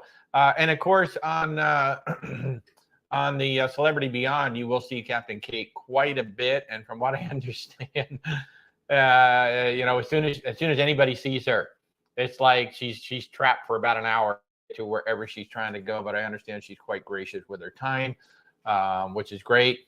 If you are on, I believe it's the Celebrity Summit right now in Alaska, and you're on that President's Cruise in Alaska right now with Celebrity, Captain Kate is on there along with all the top executives from Celebrity Cruise Line. So definitely walk around, say hello to those folks, and get some pictures and stuff. Bug is not with her, so no Bug. And as I recall, Celebrity does usually have on their cruises, they usually have a captain's talk in the main theater. They have had it in the past. That's Captain Dimitri, who is currently on the Celebrity Beyond. He's the second captain on Beyond, but him and his brother will be taking over Celebrity Ascent. Still the funniest captain I've ever sailed with. And somebody was just talking about him recently, saying, oh my God, I sailed with him recently on the Beyond. He was hilarious. I think it was Pip said he was absolutely hilarious. So I totally want to go on the Ascent just to sail with Captain D again. He was absolutely fabulous. Macrina is saying that Carnival has a captains and officers introduction for all to attend. Awesome. We didn't see it when we were on the Mardi Gras. We probably missed it. Didn't really look for it. Yeah, either. We didn't really look for it. We were on a family trip, so. We were on a big family trip. I'll tell you what was really cool about that one. We did, and I highly encourage this. We were on a family cruise, and we had 3 cabins side by side, extended balconies. So if you're going on the Carnival, Mardi Gras, Celebration, or the Jubilee, highly recommend the extended balconies. They're wonderful. But we had 3 extended balconies, and we had them side by side, so we opened them up. And I think we spent more time on the balcony on that one cruise than I think we've ever spent on any cruise, because it was kind of like having a porch. Just kind of like we were just hanging out on the porch. And it was great because, we had all this room. We just walked back and forth. It was just one big balcony. It was absolutely fantastic. So I highly recommend you, especially if you're going with friends, going with family that you like, and you're going to get balconies, try to get them side by side. Although in Alaska, I've had a couple of clients do some very interesting things where in Alaska, they want to get balconies on either side of the cabin. Ship.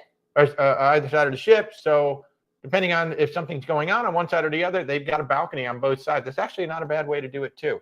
But I really do like having the side-by-side balconies so we can open them up, have some fun and things like that. Aaron's asking if there's anything I'm excited about with the Utopia of the Seas. Yeah, the sushi, the Izumi in the park. I love that concept so much. Really excited to see that. And the what is it? The Pesky Parrot. So my favorite bar in all of Royal Caribbean is the Band Bar, which is on. I know it's on the Mariner of Seas. I believe it's on a couple of other ships as well. But they're expanding on that with the Pesky Parrot, and I really like that concept. So yes, I'm looking forward to that. She's going to be right here in Port Canaveral, so we will definitely be taking a jaunt down there. It's very reasonably priced if you get away from the the initial sailing. So obviously the initial sailing.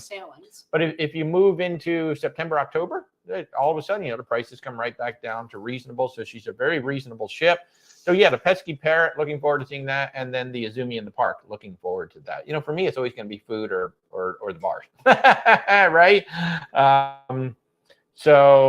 Macrina, you got a extended balcony on the Celebration. So they're going to give you one lounger standard. Well, no, not necessarily. We didn't have it when we got there. We requested it. That's right. Yeah, you have to request them. So when we got there, we had 2 chairs. I think one of them did have a lounger when we first showed up. One of the 3 cabins. Yeah, and then you're going to have to request them. Now, whether they'll bring you 2 loungers, I don't know, but you probably will have to request them. But yeah, it's much larger than the standard balcony, depending on which one you got, because it is a curve.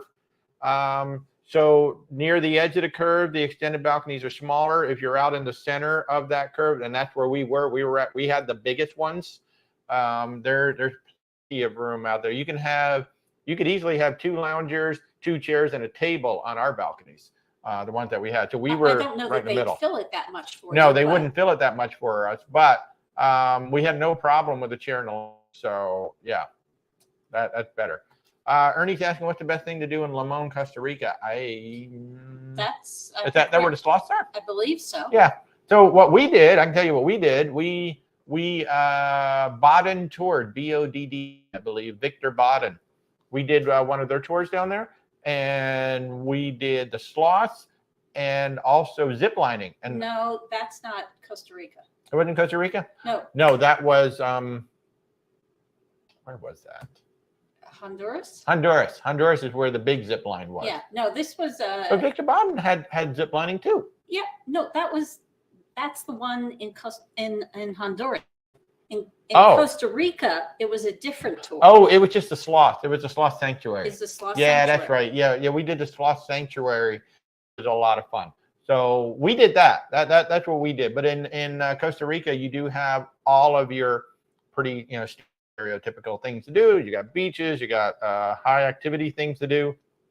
Rebecca loves sloths, so we went to see the sloths. Is that where the monkeys were too? No, I get so confused. That was Honduras. That was Honduras too.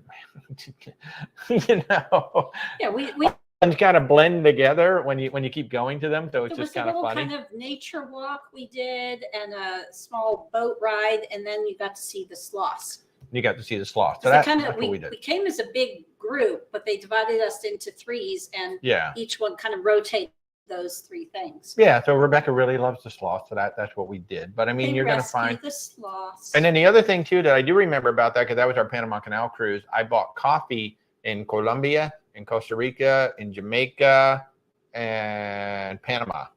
So that was like my coffee.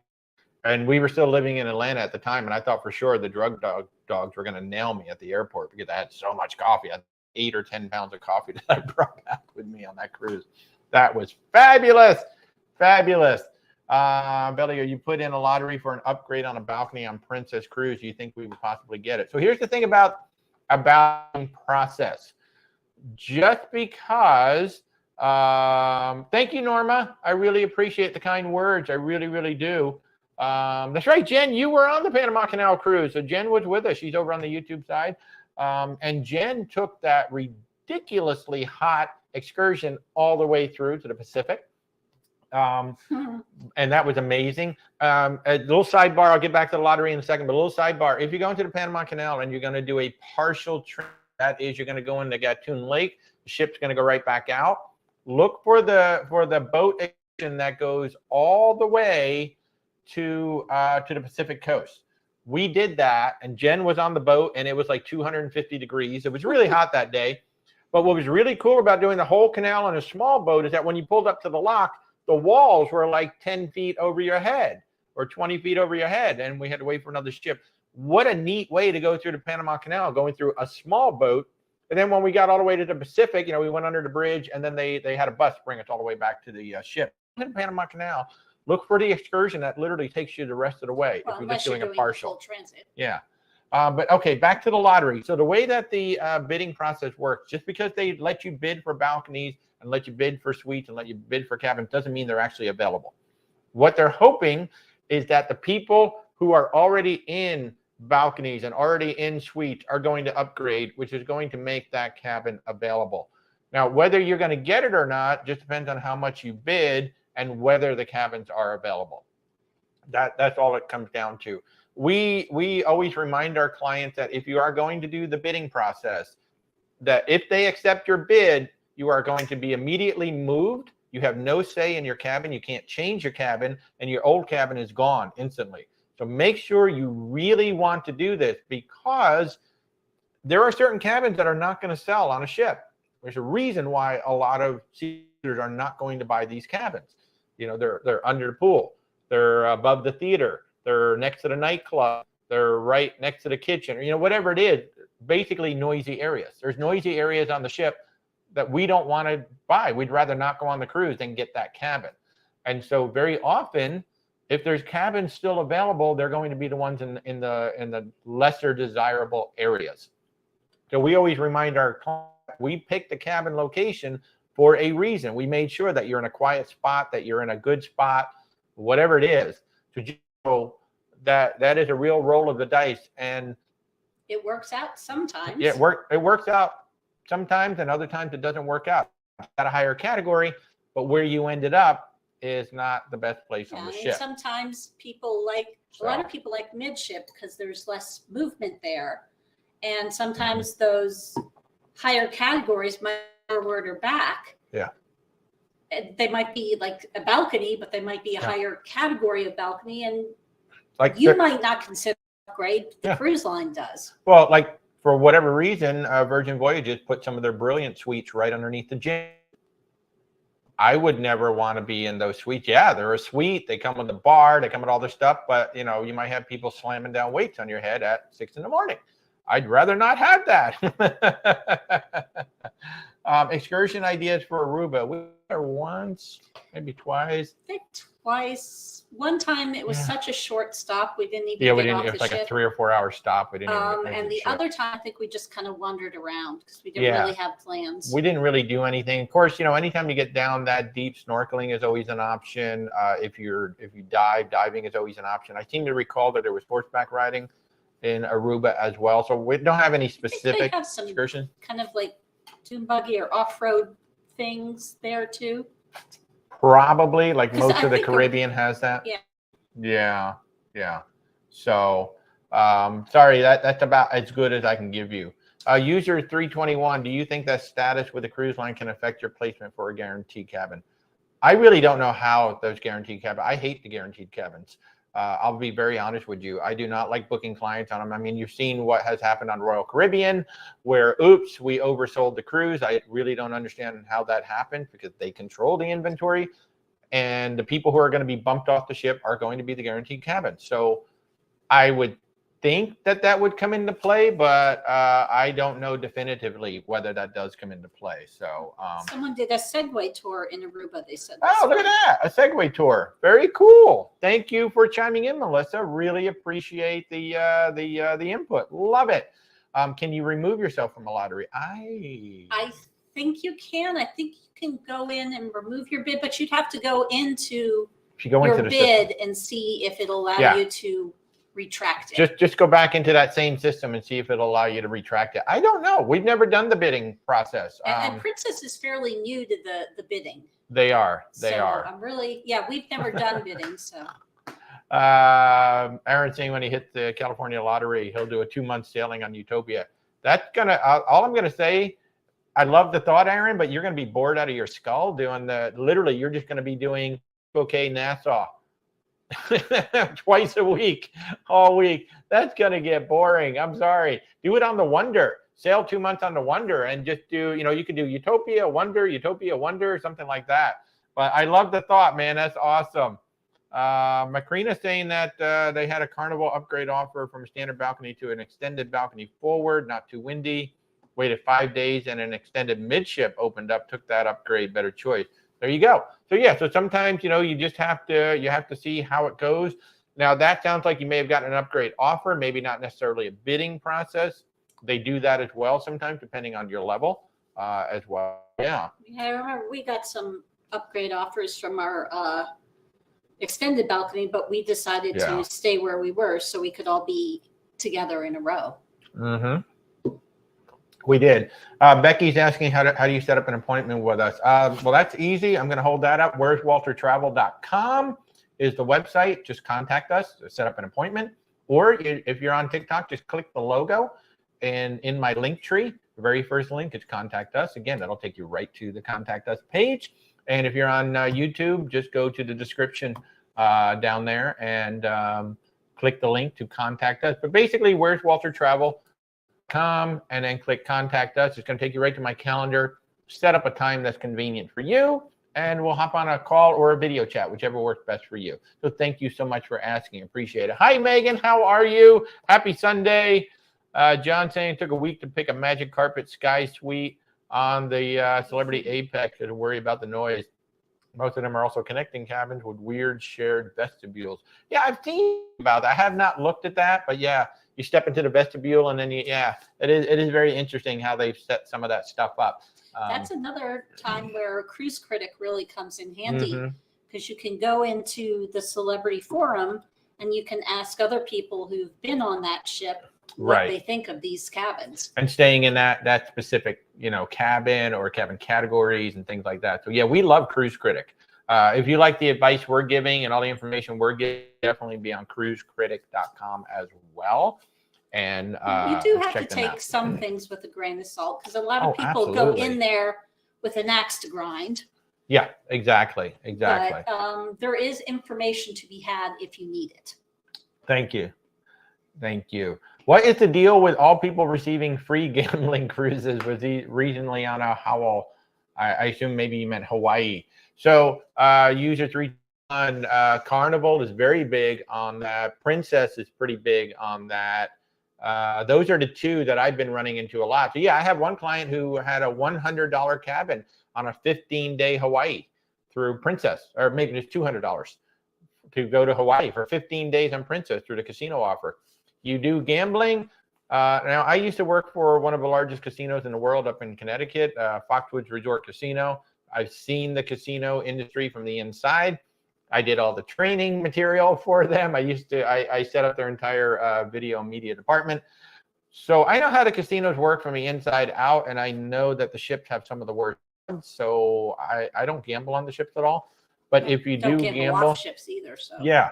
And so Tony Alita Loca, he does that as well. I think he gets a lot of offers like from Holland America and whatnot. But if you play to a certain extent, you're going to get a casino offer, and it could be either free or it could be $100, $200. Now, this is an interior cabin. It's not not like a balcony. He could have gotten a balcony for $5, for example. But that's the deal. So if you gamble on the ship and you hit it right or whatever, the cruise line either slips something under your door on the last day, or you start getting these email offers of, hey, come on a cruise. That's how it works. Yeah. I don't do it. Thank you, Megan, for the kind words. I really do appreciate it. And thank you, Becky. I'm glad you've been watching for a few months. Yay. Maybe we can help you out. I'll be so excited. Oh, Cabin Life. Yay. Thank you so much. I appreciate all the kind words. We try.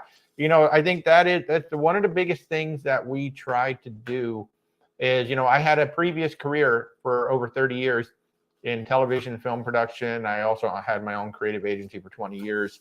And what I brought from that is our project management and our attention to detail. Because, when you run a creative agency, you're managing, say, 20 to 30 projects at any given time. And you could have clients all over the globe. You could have crews all over at various stages in the process. You got to keep all that managed. And so I literally use one of my creative project management tools to manage all of the travel that we're doing here. In addition to my old school, I have a visual Kanban wall that I keep up at all times, so I can keep track of everything that's going on with every single one of my clients at any given time. So that's how we try to do it, and I'm glad it shows through. We try our best. We're not perfect. We're not perfect. We've had some disappointed clients through no fault of our own, unfortunately. Issues that happened on ships or canceled cruises and things like that. That's beyond my control. We try to make the best of whatever situation we have. So we really even sometimes, we'll listen to what you say. We'll get you a proposal. You'll pick one out. You'll go on it, and then you'll go, you know what?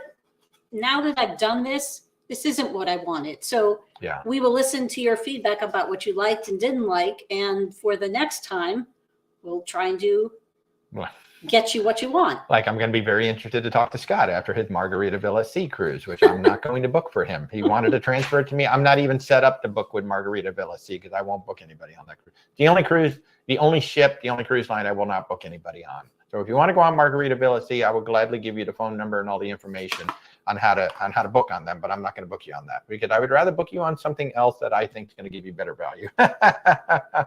Macrina's saying that the port is still closed. I know. So if you're just tuning in and you haven't heard, the Port of Miami is closed. There was an incident involving a boat and the Fisher Island car ferry. Rebecca was saying this was at about 3:45 this morning. Authorities have kept the port closed, so there are 3 cruise ships that are waiting to come in. Yeah. I know one of them is a Celebration. The Escape, the Seascape, and the Celebration. So we got the Carnival Celebration, the MSC Seascape, and the NCL Escape are all sitting out. Yeah, just sitting there. So Rebecca's using Cruise Mapper. Again, Cruise Mapper, excellent app, excellent website, so you can keep in ships what they're doing. So yeah, so anybody, we always recommend don't book a flight before 12:30. Obviously today that's not even going to help because you just never know.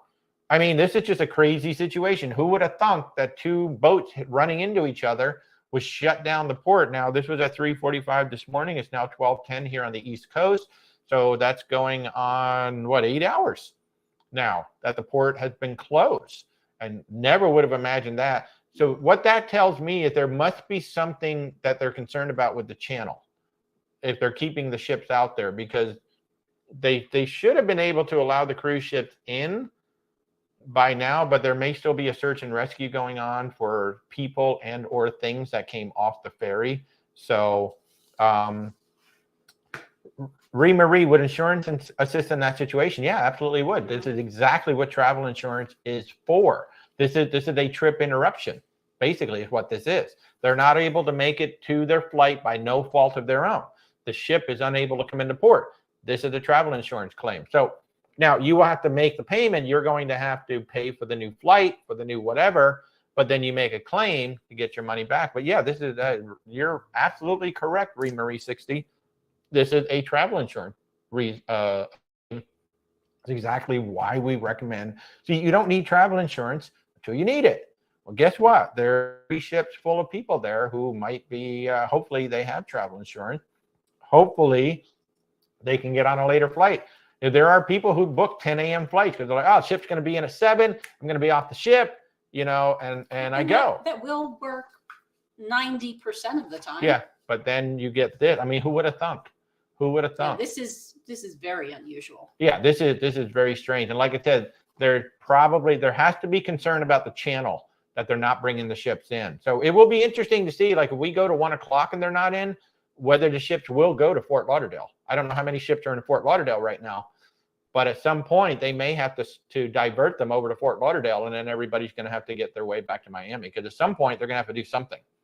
Rather than just keeping the ships out there. Well, I would imagine if the cruise lines take them into Fort Lauderdale, they would provide transportation to Miami. Mm-hmm. And then they would just drop everybody off and then go back and sit and wait in Miami for all the folks coming on. So, I mean, of course, think about all the folks who showed up. They're at the terminals now. You've got thousands of people hanging out in the Port of Miami right now. Hopefully they've let them inside the terminals because it's hot as all get out. But typically they don't really let you start coming into the terminal until they've cleared the ships. So I really don't know what's going on down there. man, I'll tell you what, it is going to be a mess getting everybody off those ships. So I feel for all of you. Patience is all I can say. I mean, there's nothing you can do about it. There's absolutely nothing you can do about it. And of course, they all they all had to be out of their cabins at like 8 o'clock this morning. So that means everybody's milling about on the ship. They're not even in their cabins unless they let them go back to their cabins, which I doubt, because they still had to turn the ship over. So, wow. Yes, Cindy, you're absolutely right. Don't ever leave home without insurance. Tiff said the best cruise for Italy. There is no best cruise for Italy. It is all what you want to do, because there's the ship. Well, first of all, when do you want to go? Because there's going to be certain ships that are going to be available. And then, as we talked about with somebody else, you need to make a list. What are the must-haves? I must go to these ports. I must do this. And that's how we work. We work backwards from the must-haves. What is okay, so you want to go in June of 2024. I don't have a best cruise for you, because I don't have a Rolodex in my head that says, oh, I'll just go and grab this. So basically, when you tell me this is exactly what I want to do, this is where I want to go, these are the things I want to do, then we will look in June of 2024 what ships are available. What ships do most, yeah, if not all, of what you want. Right, like what itineraries are available that do what you want to do, and then from those itineraries, which ships are available, and then which ship is going to give you the best value for what you've told us you want. So, the standard cruise lines are Princess, Celebrity, Holland America, Oceania, Azamara. Those are kind of like your standard, and of course, Royal Caribbean, NCL are going to be over there as well. So it just depends on what are the must-have, what are the deal breakers. If it doesn't have this, then I don't want to go. So, yeah. What happens if the ships can't leave today on the next trip? They will leave today. I mean, at some point, that port's going to open. But... Yeah, it could be midnight, it could be 1 a.m., but they will leave. Similar situation happened. It wasn't this, but in New York this past winter, there was a situation. I think it was actually the Escape, poor ship, was in Bayonne, New Jersey. And I think there was a strike, plus there was a snowstorm, or there was some bad weather that resulted in the ship not leaving New York until midnight, because it took them hours. I don't think they were done boarding. I don't even think they started boarding until around 6 or 7 o'clock that night. And they should have been done. So the ship will go back out today. I mean, it'll go out late, but it will go back out. And that means they may have to alter the itineraries, because they will be going out so late. So they'll go back out. Yeah. Tiff, if you want some help, again, our services are free. We don't charge for our travel planning services. So if you'd like some help, some assistance, that's exactly what we do. It's exactly what we're doing with all of our clients right now. Basically, you give us, these are the must-haves, and we go do all the research for you, and then we'll present you with 3 or 4 options and say, here, based on what you've said, here's 3 or 4 options that are going to do what you want to do. And based on our initial discussion, we book a cruise, or you say, you know what, now that I've seen everything, could you please go back and find XYZ? So we go back and we do another proposal. But that prevents you from having to do all the research, comparing, because the cruise line purposely make it difficult to compare apples to apples. It's very difficult to compare apples to apples unless you know how to set them up. Because this one has this, that one has that. This is included on that, not included on this one. So you really need to dig through to go, okay, this one presents the best value. I know it's kind of a wishy-washy answer, but that's the best answer. Working with a travel advisor is the best way to find the best cruise for you in Italy. Whether that's us, I'd love it to be us, but even if it's not us, just find a good travel advisor to help you out. So I'm cruising to Alaska on a Majestic Princess in July. When will we find out our time we can board? You should have, when you did your check-in, you should have been able to. Unless it's HAL. No, it's Majestic Princess. Oh, Majestic, right. You should have been, when you did your online or app-based check-in, you should be able to pick your port arrival time. Yeah. Doesn't guarantee that that's when you'll board, but that's when you'll be checked in at the port. You, Tiff, go ahead and message us. We'll be more than happy to help you out. That's right up our alley. But yeah, when Kate Lee, you should have been able to pick an arrival time set up on the app. You may not necessarily get it, but you should have been able to pick an arrival time when you checked in on the app for sure. What is the best company to get travel insurance from? So we work with Allianz Global. That's who we work with. That's our insurance partner. And I like them because it's a very good rate, and the base policy that we offer is generally $50,000 in medical coverage per person. $500,000 in medical evacuation is a big deal, because if you have to be medevaced or flown from another country back to the United States, it's very, very expensive, because you're not going to get on a standard. You're going to be on a medical ambulance, more or less. And we know from an article last year, it's $40,000 to fly from Jamaica back to the U.S. That's a very short flight. So just imagine if you're further away. So we do Allianz Global, and that's actually who we buy. But SureMyTrip.com is a great website to compare travel insurance. So, Vela, is the insurance on our website? No, it is not. We have to quote it for you. So you can just reach out to me through the contact page and set up a meeting, or just send me an email at where'swaltertravel.com. I'll be glad just to pull a quote for you. It literally takes me about 15 seconds to quote for you.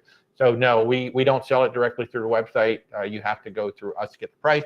But SureMyTrip.com in the US, or InsureMyTrip.ca if you're watching us from Canada, is how you compare. You can book your travel insurance even if we did not book your cruise. Yeah, anybody watching this, if you need travel insurance, we can actually just, it doesn't matter which cruise you booked on, or if you booked with us, it doesn't matter. We can go ahead and get you the travel insurance, as long as you live in the North America. And actually, we can help you with shore excursion too. If you go to where'swaltertravel.com, click excursion, you can book independent shore excursions all day long, whether you book the cruise through us or not. So, yeah, Gene, we feel bad too, man. All those people. So it is absolutely crazy. Yeah, thank you. Do reach out. Macrina, is the cruise for travel insurance also good compatible? The honest answer, no, it's terrible. Most of it is terrible. In fact, what most people probably don't realize, like on Holland America, their standard insurance is actually not insurance. It's just a cancel protection. That means that once you get on the ship, if anything happened to you, that you pay for actually doesn't do anything for you, because it is a cancel protection. There's no coverage on itself. Now, most travel insurance from the cruise line is weighted that way. It is weighted that if something cancel for any reason, you get your money back. But if something actually happens on the ship, I think the Princess Platinum plan is pretty good. They're made like Virgin, actually, not Virgin, Viking has a pretty good plan. But for the most part, those plans are no good if something actually happens. So we highly recommend party independent insurance, because for the most part, you are covered if you have to cancel. Now, there will be terms and conditions depending on the plan that you get. You can purchase I can cancel for any reason. Those are the most expensive. But for the most part, there are going to be terms and conditions. You can, for these reasons, you'll get 100% of your money back. Or if you don't cancel for reasons, you'll get a percentage back, like maybe 75% back. But if you get damaged or hurt or injured, or something happens on the cruise, or the cruise ends, like the Norwegian ship that ran aground and in the Dominican Republic, that travel insurance is going to help reclaim the cost for those flights that you had to book, or any damage to you. So we highly recommend third-party insurance over and above any cruise line insurance. We really do. And like I said, our partner is Allianz Global. I can literally pull a quote in 15 seconds. The travel insurance is based on primarily age, the state you live in. That's actually a big part. If you live in the state of Washington, you get some of the best, because every single state has their own rules and regulations about travel insurance. So it's your age, your state, how much is the travel. Those are the three big things that come into play on it. But like I said, if you live in the state of Washington, you've seen some of the best rates come from the state of Washington. And basically what you're looking for, because every policy will cover the cost of the cruise, but where it makes a difference is your medical coverage and your medical evacuation coverage. Yes. Those are the two biggest things you need to make sure that's sufficient. So I know with, certainly less than 100,000 of evacuation, and certainly not less than 50,000 of medical.